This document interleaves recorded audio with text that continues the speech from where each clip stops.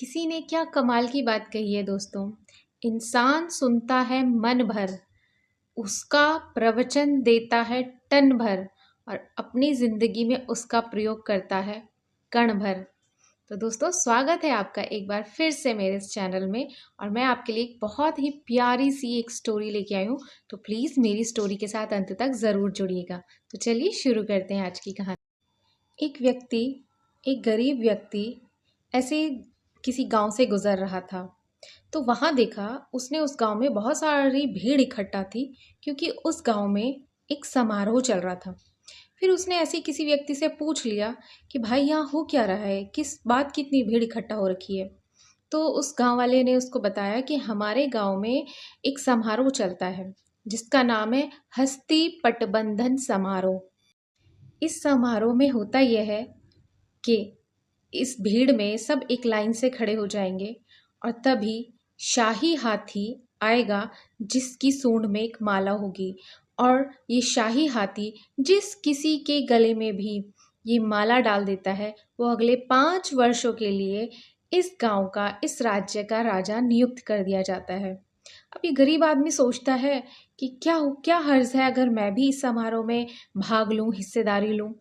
तो वो भी एक लाइन में खड़ा हो जाता है। वो सोचता है मेरे पास है ही क्या, एक बार ट्राई करने में क्या जाता है।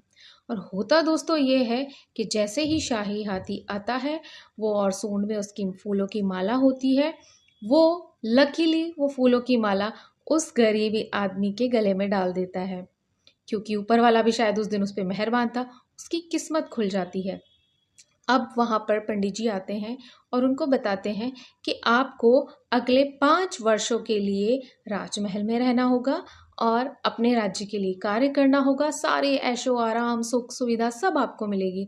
लेकिन इसके साथ साथ उन्होंने एक अत्यंत ही मतलब डराने वाली बात भी बताई कि जैसे ही आपके 5 साल समाप्त हो जाएंगे, पूरे हो जाएंगे, तो आपको ये राज्य छोड़कर जाना होगा।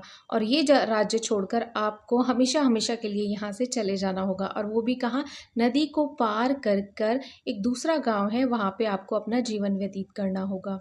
और उस नदी से अगर आप पार होकर बच गए तो आप अपना जीवन व्यतीत कर सकते हैं, क्योंकि उस नदी में बहुत सारे घड़ियाल हैं, मगरमच्छ हैं, जो बस आपका पैर पड़ा, आप गए तो आपका काम तमाम, आपको वो मार गिराएगा।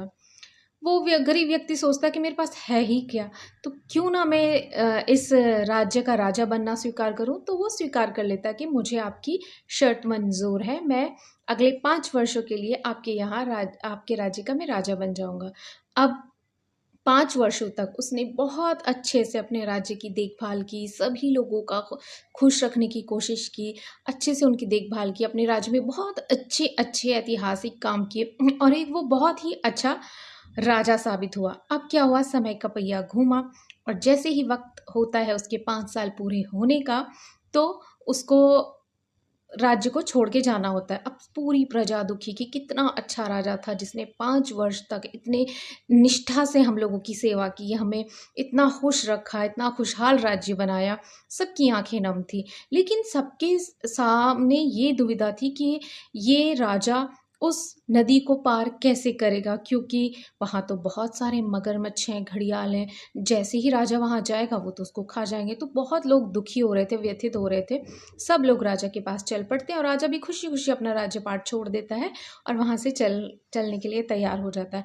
अब होता ये है कि जैसे ही वो नदी के पास पहुंचते पूरे गांव वाले झूम उठते हैं, क्योंकि वहां वो क्या देखते हैं कि वहां उस नदी पर एक पुल बना हुआ है, जिस पर वो आराम से राजा पुल को पार करता है और आराम से इजीली दूसरे गांव में अपना बाकी का जीवन व्यतीत करता है। तो ये थी आज की कहानी। और इस कहानी से हमें क्या सीख मिलती है दोस्तों? इस कहानी से हमें यही सीख मिलती है कि हम लोग भी ना इस दुनिया में एक लिमिटेड पीरियड के लिए ही आए हैं। एक कुछ क्षणों के लिए, कुछ पलों के लिए, कुछ सालों के लिए, लिमिटेड पीरियड जितना हमारे जीवन में हमें ऊपर वाले ने लिखा है कि हमें इस धरती पर, इस दुनिया में रहना है। तो हमें क्या करना है कि इसके साथ साथ हमको जैसे उस राजा ने क्या किया कि अपनी प्रजा को खुश भी रखा और साथ साथ उसका नदी का वो पुल भी बनाने लगा, और उस पुल को इजीली जब उसके 5 साल पूरे हुए तो उसने पुल का काम पूरा हुआ और वो आराम से वहाँ से चला गया। तो ये सीख हमें यही देती है कि हमें भी अपने उस दुनिया में जाने के लिए, हमें उस भव्य सागर से बचने के लिए, जो इतना भयानक सागर होगा जहाँ पे हमारे कर्मों की हमें सज़ा मिलेगी, तो हमें अपने कर्मों से, दुआओं से, नेकियों से अपनी वहाँ के पुल को तैयार करना है। ऐसा नहीं है, क्योंकि हम यहाँ सिर्फ क्षण मात्र हैं, कब कौन कैसे कैसे चला जाए, लेकिन हमारे साथ हमारी नेकियाँ, हमारी दुआएं, हमारे अच्छे कर्म, ये सब हमारे साथ जाएंगे और वहाँ हमारे लिए पुल तैयार होगा। तो ये कहानी हमें यही सीख देती है कि जितने भी पीरियड के लिए हम यहाँ पर हैं, हम अच्छे काम करें, नेकियां करें, किसी का दिल ना दुखाएं, किसी की बद्दुआ ना लें, किसी को बद्दुआ ना दें। तो दोस्तों, आपको मेरी कहानी कैसी लगी ज़रूर बताइएगा। मिलती हूँ आपसे अपनी नेक्स्ट स्टोरी में। तब तक के लिए बाय बाय।